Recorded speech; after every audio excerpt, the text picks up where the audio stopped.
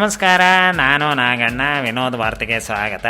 ಇವತ್ತು ನಮ್ಮ ಜೊತೆ ಇದ್ದಾರೆ ತೆನೆ ಹೊತ್ತ ಮಹಿಳೆ ಪಕ್ಷದ ನಾಯಕರಾದಂತಹ ಕುಮಾರಣ್ಣನವರು. ಕುಮಾರಣ್ಣನವರೇ, ಕಾರ್ಯಕ್ರಮಕ್ಕೆ ಸ್ವಾಗತ. ನಿಮ್ಮ ಕಾರ್ಯಕ್ರಮಕ್ಕೆ ನನ್ನನ್ನು ಕರೆದಿದ್ದರಿಂದ ನನಗೆ ಬಹಳ ಖುಷಿಯಾಗಿದೆ. ಆಯ್ತಾಯ್ತು, ಈ ಖುಷಿನ ಹಾಗೆ ಮುಂದುವರಿಸ್ತಾ ನಿಮಗೆ ಮೊದಲನೇ ಪ್ರಶ್ನೆ. ವಿಧಾನ ಪರಿಷತ್ ಚುನಾವಣೆಯಲ್ಲಿ ನಿಮ್ಮ ಪಕ್ಷದ ವಿರುದ್ಧ ಅಡ್ಡ ಮತದಾನ, ಈ ಬಗ್ಗೆ ಏನು ಹೇಳ್ತೀರಾ? ನಾನೇ ಆ ನೋವನ್ನ ವಿಷಕಂಠನಾಗೆ ನುಂಗ್ತಾ ಇದ್ದೇನೆ ಅನ್ನೋದನ್ನ ಹೇಳಲಿಕ್ಕೆ ಬಯಸ್ತೇನೆ. ನೋಡಿ, ನಾವು ಚುನಾವಣಾ ಕಣಕ್ಕೆ ಅಭ್ಯರ್ಥಿಯನ್ನ ಇಳಿಸಿದ್ದು ಚುನಾವಣೆಯಲ್ಲಿ ಗೆಲ್ಲೋದಕ್ಕಲ್ಲ.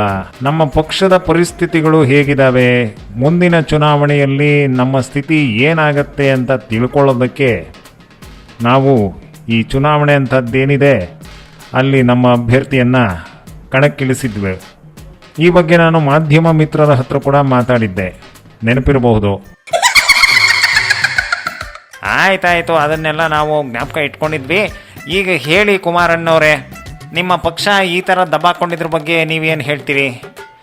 ನಾನು ಮೊದಲೇ ಹೇಳಿದ್ನಲ್ಲ, ಈ ಚುನಾವಣೆಯಲ್ಲಿ ನಮ್ಮ ಸಾಧನೆ ಅಂಥದ್ದೇನೂ ಇಲ್ಲ.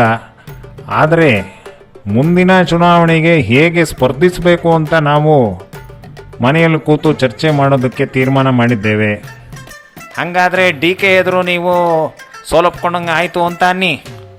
ನೋಡಿ, ಆ ಮಾತು ಹೇಳೋದು ಇಲ್ಲಿ ತಪ್ಪಾಗತ್ತೆ. ಯಾಕೆ ಅಂತ ಅಂದರೆ, ಅವರು ಡಿ ಕೆ ಆದರೆ ನಾವು HDK.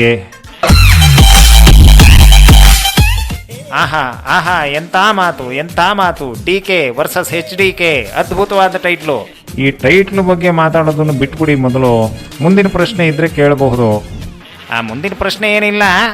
ಈ 2008ರ ಚುನಾವಣೆಯಲ್ಲಿ ಯಡಿಯೂರಪ್ಪನವರಿಗೆ ನೀವು ಕೊಟ್ಟಂಥ ಕೈ ಇದೆಯಲ್ಲ, ಆ ಕೈ ಕೊಟ್ಟಂತಹ ವಿಚಾರ ಈ ಒಂದು ಎಲೆಕ್ಷನ್ನಲ್ಲಿ ಮರುಕಳಿಸಿದೆ. ಕರ್ಮ ರಿಟರ್ನ್ಸ್ ಅಂತಾರಲ್ಲ, ಆ ಥರ ಆಗಿದೆ ಅಂತ ಹೇಳ್ತಾ ಇದ್ದಾರೆ ಎಲ್ಲ.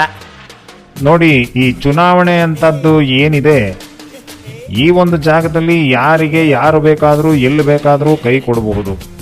ಅದ್ರ ಬಗ್ಗೆ ನನ್ನದು ಎರಡು ಮಾತಿಲ್ಲ. ಈ ಸಲ ನನಗೆ ಕೈ ಕೊಟ್ಟಿದ್ದಾರೆ.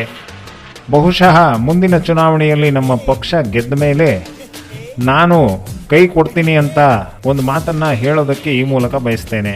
ಆಹಾ, ಎಂಥ ಡೈಲಾಗು. ವೀಕ್ಷಕರೇ, ನೋಡಿದ್ರಲ್ಲ, ಈ ಸಲ ಕುಮಾರಣ್ಣವ್ರಿಗೆ ಎಲ್ಲ ಕೈ ಕೊಟ್ಟಿರ್ಬೋದು, ಆದರೆ ಮುಂದಿನ ಚುನಾವಣೆಯಲ್ಲಿ ನಾನು ಕೈ ಕೊಡ್ತೀನಿ ಅಂತ ಹೇಳೋದ್ರ ಮೂಲಕ ಈ ಕಾರ್ಯಕ್ರಮನ ಇಲ್ಲಿಗೆ ಮುಗಿಸ್ತಾ ಇದ್ದೀವಿ.